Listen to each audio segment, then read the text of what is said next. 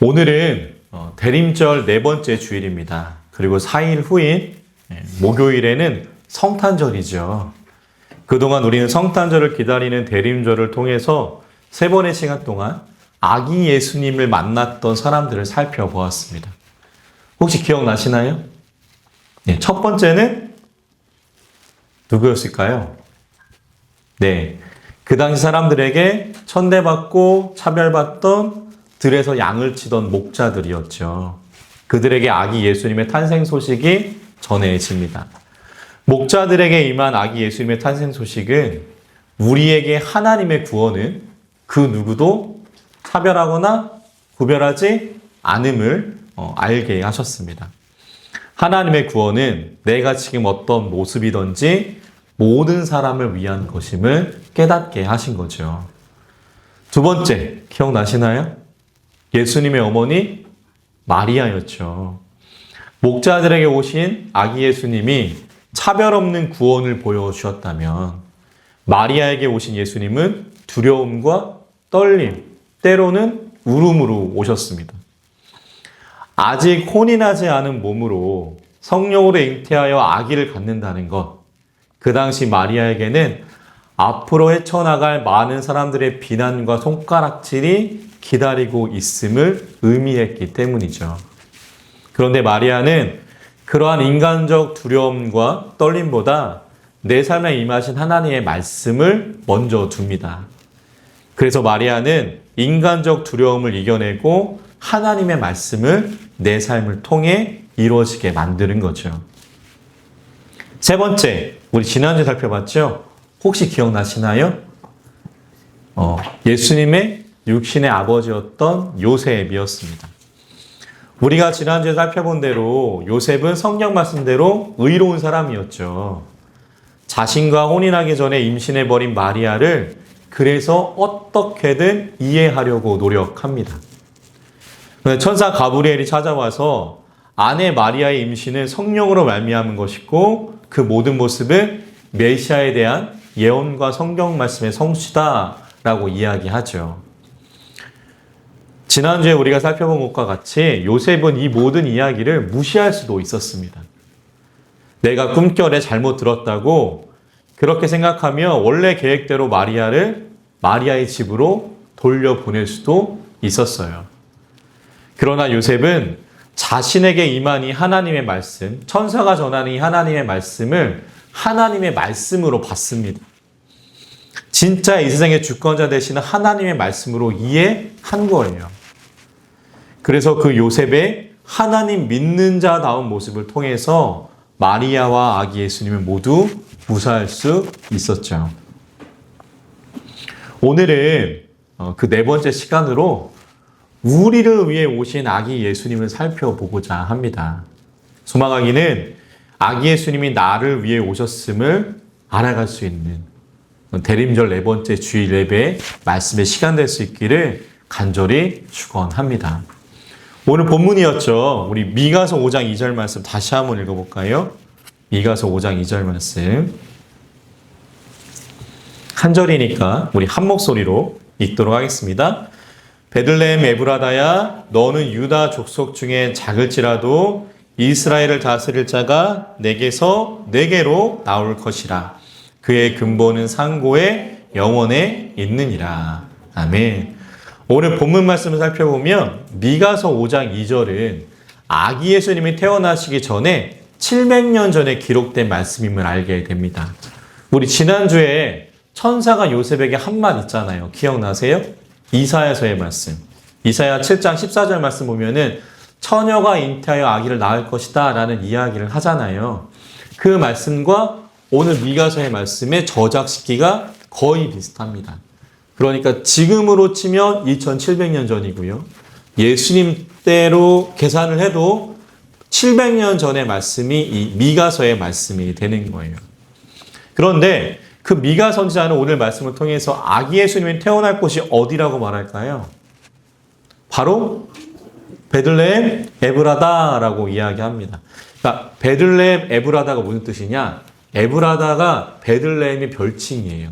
그러니까 다른 이름인 거죠. 그러니까 두 번 부르는 겁니다. 베들레헴, 베들레헴 두 번 부르는 거예요. 그래서 아기 예수님이 베들레헴에서 태어나실 것을 예수님이 이 땅에 오시기 700년 전에 그 미가 선지자가 예언하고 있는 겁니다. 그런데 생각해 볼까요? 우리가 마리아에게 임한 아기 예수님을 살펴보았을 때 요셉과 마리아가 살던 곳은 어디일까요? 베들레헴이 아닙니다. 우리 누가복음 1장 26절, 27절 말씀 찾아볼까요? 누가복음 1장 26절, 27절. 더 확실한 말씀은 있는데 그건 이제 성탄절 본문이라서요. 성탄절 예배의 말씀이라서 우리가 살펴봤던 말씀을 근거로 한번 보도록 하겠습니다. 누가복음 1장 26절, 27절. 제가 성경으로는 신약 87페이지에 있습니다. 찾으셨을까요? 예, 두 절 말씀 우리 한 목소리로 읽습니다.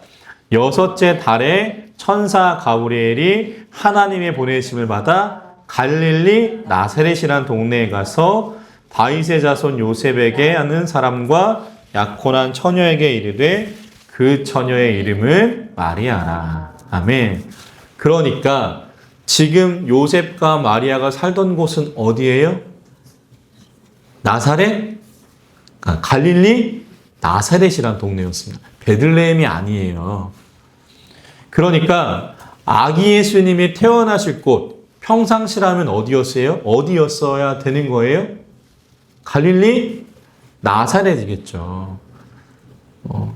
저희가 만약에 이 내포에 사는데 아이를 낳는다고 저 뭐 부산에 가서 낳거나 서울 가서 낳지는 않잖아요. 뭐 이렇게 뭐 좋은 병원 있으면 갈 수도 있지만 그 당시에는 그 동네에서 살면 그 동네에서 아이를 낳는 겁니다. 평상시라면 그래서 아기 예수님이 태어나실 곳은 갈릴리 나사렛이어야 했어요. 그런데 예수님은 그곳에서 태어나지 않으시고 우리 성탄절에 살펴볼 말씀이지만 누가복음 2장 1절의 말씀처럼 베들레헴에서 태어나십니다. 그 이유가 어떤 이유 때문인가? 우리 누가복음 2장 1절 말씀 볼까요? 2장 1절. 예, 있습니다. 그때에 가이사 아구스도가 영을 내려 천하로 다 호적하라 하였으니. 아멘. 그러니까 누가복음 2장 1절의 말씀 보면은 예수님이 태어나시기 직전에 가이사 아구스도, 우리가 잘 아는 율리우스 카이사르의 양자였던 아우구스투스가 로마의 모든 백성들에게 호적을 하라고 명령을 내림을 우리는 말씀을 통해 알게 됩니다. 그리고 그 명령은 로마의 지배를 받고 있던 이스라엘 사람들도 당연히 따라야 했고요. 그래서 갈릴리에 살던 요셉과 마리아도 그 황제의 명령에 따라 호적하러 어디로 가요? 예, 요셉의 본적이었던 베들레헴으로 가게 되는 거죠. 그래서 제가 계속 말씀드리는 것처럼 평상시라면 예수님은 갈릴리 나사렛에서 태어나셔야 했는데 이 모든 일로 인해서 예수님은 미가서의 말씀처럼 베들레헴에서 태어나시게 되는 겁니다. 그렇게 예수님은 미가 선지자가 예언한 미가서 5장 2절 700년 전에 예언된 그 메시아를 향한 메시아의 탄생을 향한 말씀을 이렇게 이뤄내시는 거예요. 그런데 말씀을 준비하면서 이런 생각이 저의 안에 들었습니다. 왜 하나님, 왜 이 예수님은 아기의 모습으로 오셨을까? 부활하셔서 성인의 모습으로 올라가시잖아요. 그것처럼 성인의 모습으로 이 땅에 오실 수는 없었을까? 왜 아기의 모습으로 이 땅에 오신 것일까? 우리가 오늘 읽었던 미가서 5장 2절의 말씀처럼 말씀의 성취 때문에 아기의 모습으로 오신 것일까? 그런데요, 말씀을 천천히 살펴보면요, 그리고 여러분들도 아시겠지만 말씀에 아직 이루어지지 않은 수많은 말씀들이 있음을 우리는 알게 됩니다. 그런데 그렇게 아직 이루어지지 않은 하나님의 말씀이 무수히 많은데 왜 예수님의 탄생 말씀만, 아기 예수님의 그 아기의 몸으로 오실 거라는 그 말씀만 선지자들이 예언한 대로 모두 이루어진 것일까?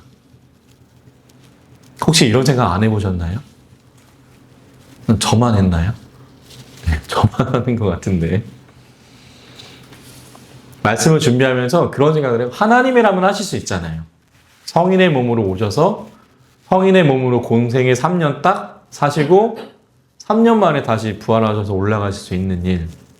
우리가 알고 있는 하나님이라면 분명히 그렇게 하실 수 있을 것 같은데 왜 아기 예수님은 아기의 모습으로 오신 것일까? 말씀의 성취만을 위한 것일까? 말씀을 준비하면서 저에게 그런 생각이 들었습니다. 그래서 그 오늘 말씀을 통해서 우리는 다음의 사실을 알 수 있게 되는 거예요. 첫 번째는 어떤 것이냐? 하나님의 모든 말씀은 때를 만나면 분명히 이루어진다는 거예요. 앞서서 말씀드렸던 것처럼 오늘 보면 미가서의 말씀은 예수님이 태어나기 전 700년 전의 이야기예요. 700년, 우리 조선 왕조 500년이잖아요. 조선 왕조보다 더 길었던 시간 후에 이 미가서의 말씀이 성취된 겁니다. 그 700년이라는 시간 동안 이스라엘은 무수히 많은 사건들이 있었죠. 언제 말씀드릴 일이 있기를 소망하는데요. 그 700년이라는 시간 속에서 이스라엘은 흥망성쇠를 거듭했고 무수히 많은 나라들이 번갈아 가면서요. 이스라엘 땅을 통치합니다. 여러분들이 들어보셨을 알렉산더도 여기를 통치했었고요. 지금은 또 로마가 통치하고 있잖아요. 또 어떤 일도 있었냐면 이스라엘 사람들은 돼지를 먹지 않는데 그 하나님께 올려드린 성전에서 돼지로 제사를 드리는 왜냐하면 힘이 없으니까 그런 굴욕적인 사건도 그 700년이라는 역사 가운데 있었습니다. 그런데 오늘 말씀을 통해서 우리는 다음의 사실을 알 수 있게 되는 거예요. 결국 하나님의 말씀은 분명 이루어진다는 겁니다.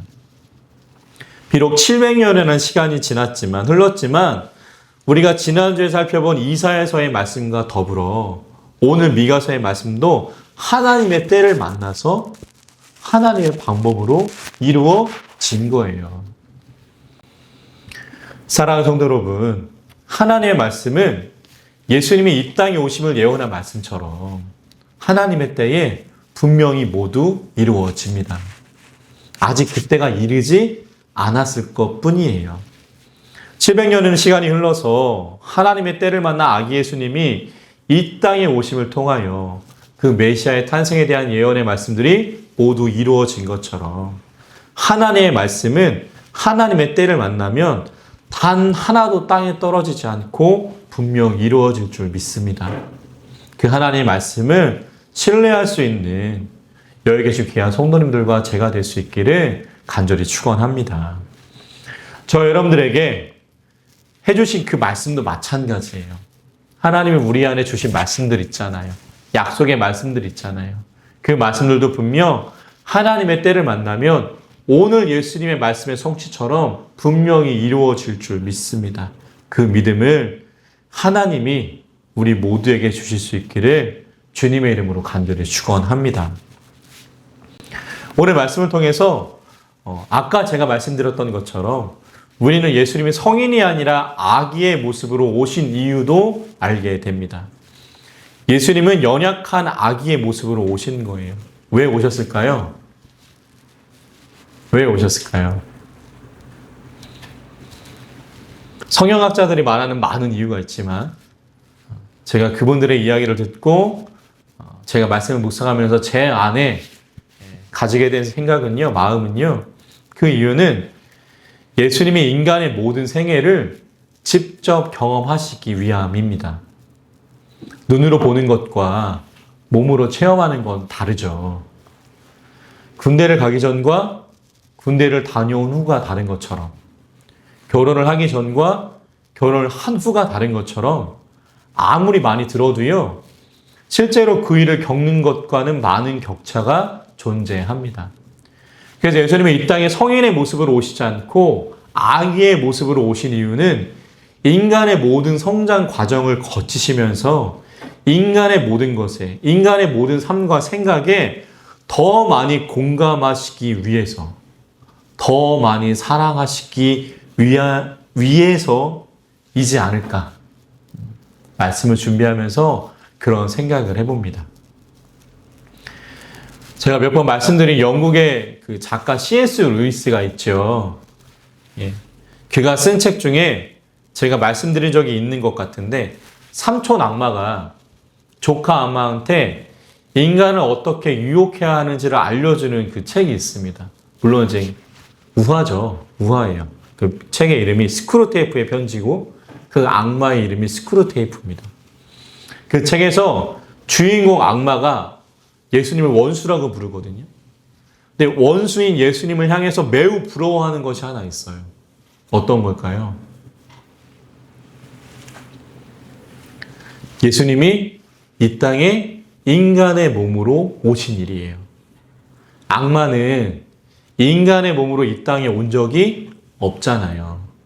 아무리 인간을 잘 안다고 해도 인간의 모든 면을 다 알 수는 없는 거죠. 하지만 예수님은 직접 아기의 몸으로 인간이 되셔서 아기 때부터 성인 때까지 모든 인간의 삶을 직접 살아내셨기 때문에 악마보다도 인간을 더 이해하고 더 공감할 수밖에 없다고. 그 책에서 악마는 원수라고 부르는 예수님을 향해서 부러움을 갖고 있습니다.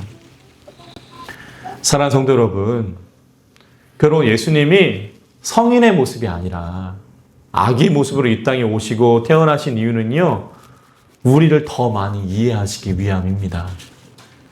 저 여러분들이 겪은 생애를 본인도 똑같이 직접 겪으시면서요, 주를 믿는 사람들에게, 그리고 저 여러분들에게, 이 땅의 사람들에게 더 많이 공감하시기 위해서예요. 그 모든 과정을 통해 저 여러분들을 더 많이 이해하시기 위해 이 땅에 우리의 첫 모습인 아기의 모습으로 오신 겁니다. 사랑하는 성도 여러분, 그 하나님이, 그 성자 하나님이, 그 예수님이 우리의 마음과 생각을 모르실 리가 없습니다. 그 하나님이 우리의 마음과 생각을 공감하지 못하실 리가 없어요. 그분은 우리가 오늘도 무엇 때문에 고민하는지, 그분은 우리가 오늘도 무엇 때문에 갈등하는지, 그분은 우리가 무엇을 가장 많이 생각하며 사는지 다 아시는 분이기 때문입니다.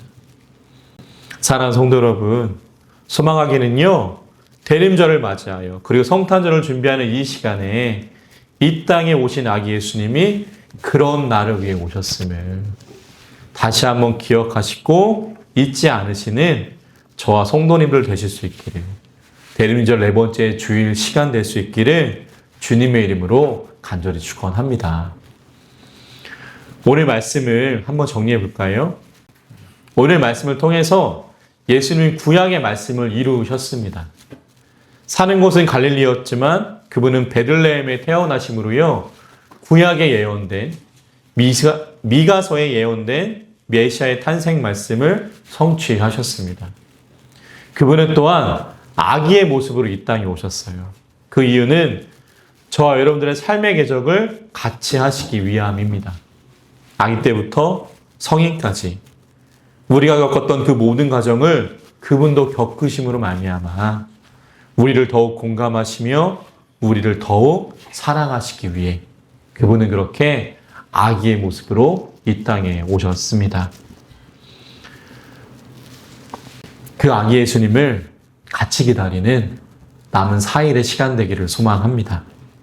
세상이 말하는 성탄절을 보내는 것이 아니라 나를 위해 이 땅에 오신 아기 예수님, 그 아기 예수님을 기억하는 우리 월화수목 4일의 시간 될 수 있기를, 그 마음으로 남은 성탄절을 기다릴 수 있는 우리 모두가 될 수 있기를 주님의 이름으로 간절히 축원합니다. 기도하겠습니다.